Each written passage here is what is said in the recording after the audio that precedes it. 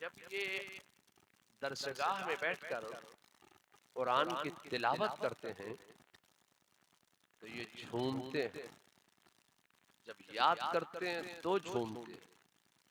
मुझसे किसी ने सवाल किया था कि मौलाना ये क्या बात है कि जब तलबा मदरसे में कुरान पढ़ते हैं तो ये इतना हिलते हैं, इतना हिलते हैं कि ये हिलते हिलते थकते नहीं,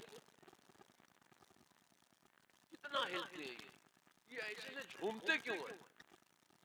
ये बहुत झूमते हैं। मैंने कहा कि क्या आपने अपनी वालिदा को अपने घर में कुरान की तिलावत करते हुए नहीं देखा? कहाँ देखा? तो मैंने कहा आपने उनको झूमते हुए नहीं देखा कुरान की तिलावत करते वक्त? आपने अपनी माँ को देखा वो झूमती है कि नहीं झूमती? आपने अपने वालिद को नहीं देखा कुरान की तिलावत करते हैं तो वो झूमते हैं? क्या आपने मस्जिद में इमाम साहब को नहीं देखा, मुअज्जिन साहब को नहीं देखा, आलिम साहब को नहीं देखा, मुहद्दिस साहब को नहीं देखा? जब ये कुरान की तिलावत करते हैं तो ये सिर्फ तलबा ही नहीं सब झूमते हैं। तो पूछा ये झूमते क्यों है, ये इतना हिलते क्यों है? मैंने कहा ये इसलिए झूमते हैं कि जब मेरे मुस्तफा जान रहमत सल्लल्लाहु अलैहि वसल्लम पर पहली मर्तबा वही इलाही हुई, जब कुरान नाजिल हुआ, जिब्रील अमीन कुरान लेकर आए बारगाहे रिसालत में, कहा इकरा, बस कुरान का नुज़ूल हुआ, मेरे मुस्तफा झूमने लगे, मेरे मुस्तफा झूमने लगे। तो अब जो ये उलमा झूमते हैं, तलबा झूमते हैं, ये जो कुरान की तिलावत के वक्त लोग झूमते हैं, ये कुरान की तिलावत के वक्त झूमना ये मेरे मुस्तफा की सुन्नत है, सुन्नत है, सुन्नत है। आप इस पर एतराज करते हैं कि ये तलबा इतने झूमते क्यों हैं, ये उलमा झूमते क्यों है? मैं आपसे कहना चाहता हूँ आज तालीमी कॉन्फ्रेंस में दारुल उलूम मुस्तफाइया रज़लिया के तलबा की दस्तारे हिफ्ज़ हुई। आपके मदरसा दारुल उलूम मुस्तफाइया रज़लिया के नाज़िम कौन है? अमीन अख्तर साहब जी, अमीन अख्तर साहब। आपके मदरसे में दर्जा हिफ्ज का कोर्स कै साल का है? 2 साल, 2.5 साल, 3 साल, 3.5 साल, 4 साल, कै साल का है? 3 साल का है। जहन मिल गया, 3 साल का है। तो ये 3 साल इतने अहम हो गए इन तलबा के लिए, अगर ये दारुल उलूम मुस्तफाइया में दाखिला ना लेते तो कौन से खेत में ये हल जोतते होते, या कौन से स्टेशन पर कटिहार के या बारसोई के या दलकोला के या किशनगंज के स्टेशन पर ये हाथ में चाय की केतली लेकर चाय गरम, चाय गरम, चाय गरम ट्रेन के चक्कर लगाते होते, मसाले वाली चाय, मसाले वाली चाय। मदरसे में आ गए, 3 साल इन्होंने मेहनत की। अब 3 साल की मेहनत अमीन मौलाना अमीन अख्तर की किफालत में असातिज़ा ने अपनी कोख से इल्म का दूध पिलाकर हाफिज कुरान बना दिया। अब जब ये हाफिज कुरान हो गए तो इनका मकाम क्या हो गया, मनसब क्या हो गया? आप पीछे हो गए, ये आगे हो गए। अब ये मस्जिद के इमाम हो गए, बाप आ रहा है पीछे से इमाम के, उस्ताद आ रहा है पीछे से इमाम के, भाई आ रहा है पीछे से इमाम के, दादा आ रहा है पीछे से इमाम के, नाना आ रहा है पीछे से इमाम के। अब कोई नहीं कहता पीछे अपने बेटे के, पीछे अपने शागिर्द के, पीछे अपने भाई के। अब भाई भी इमाम मान रहा है, बाप भी इमाम मान रहा है, उस्ताद भी मान रहा है।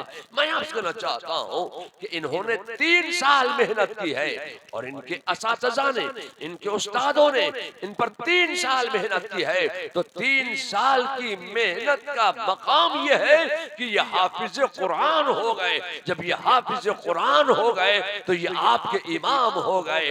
अब मैं आपसे कहना चाहता हूँ, ये लोगों, अब हमारे मुकाबले में कुछ फिरके गुस्ताखी रिसालत की बुनियाद पर आलम वजूद में आए, ये दियाबना वहाबिया, इन लोगों ने एक अकीदे की तशहीर की, इस पर अपनी इतनी एनर्जी वेस्ट की और कहा कि इंसान जब जमीन में जाता है तो जमीन इंसान के जिस्म को गला देती है, सड़ा देती है, खा जाती है, फना कर देती है, इंसान को मिट्टी में मिला देती है। मैं आपसे कहना चाहता हूँ, ये इस अकीदे को इन्होंने इतना मशहूर किया, इतना मशहूर किया, इसकी इतनी तशहीर की कि सारी एनर्जी अपनी इसी पर वेस्ट करते रहे कि इंसान जब जमीन में जाता है तो जमीन इंसान के जिस्म को गला देती है, सड़ा देती है, खा जाती है, फना कर देती है।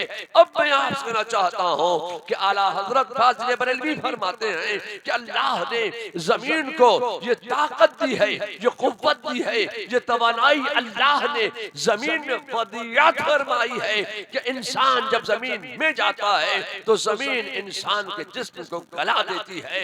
मैं आपसे कहना चाहता हूँ कि ये दयाबना और वहाबिया ये इतने जरी हुए, इन्होंने यहाँ तक कह दिया कि मोहम्मद या अली जिसका नाम है वो मर कर मिट्टी में मिल गए। अपनी सारी एनर्जी इसी पर वेस्ट कर रहे हैं कि इंसान के जिस्म को जमीन गला देती है। आला हजरत ने फरमाया कि अल्लाह ने जमीन को यह ताकत व कुव्वत व तवानाई अता फरमाई, अल्लाह ने जमीन में ये ताकत व कुव्वत व तवानाई वदियत फरमाई है कि इंसान जब जमीन में जाता है तो जमीन इंसान के जिस्म को गला देती है।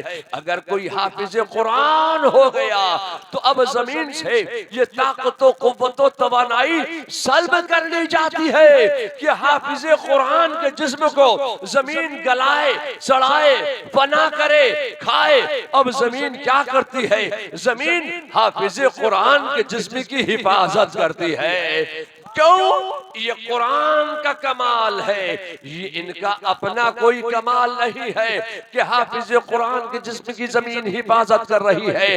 ये कुरान का मोजज़ा है, ये कुरान का इजाज है, ये कुरान का कमाल है कि कुरान के 30 पारे इनके सीने में रखे हुए हैं तो हाफिज कुरान के जिस्म की जमीन हिफाजत कर रही है। मैं आपसे यहाँ पर रुक कर बड़ी सफाई के साथ ये कहना चाहता हूँ कि जब हाफिज कुरान के जिस्म की जमीन हिफाजत कर रही है तो साहिब कुरान का आलम क्या होगा?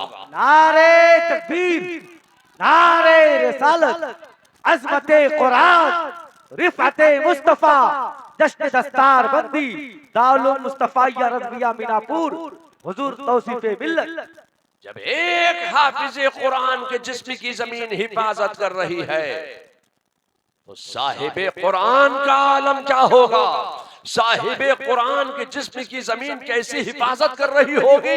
मैं आपसे कहना चाहता हूँ, खुदा की कसम, जमीन का वो हिस्सा जो मेरे मुस्तफा जान रहमत सल्लल्लाहु अलैहि वसल्लम के मुकद्दस जिस्म नास से मस कर गया है, जमीन का वो हिस्सा अर्श आज़म से भी अफजल हो गया।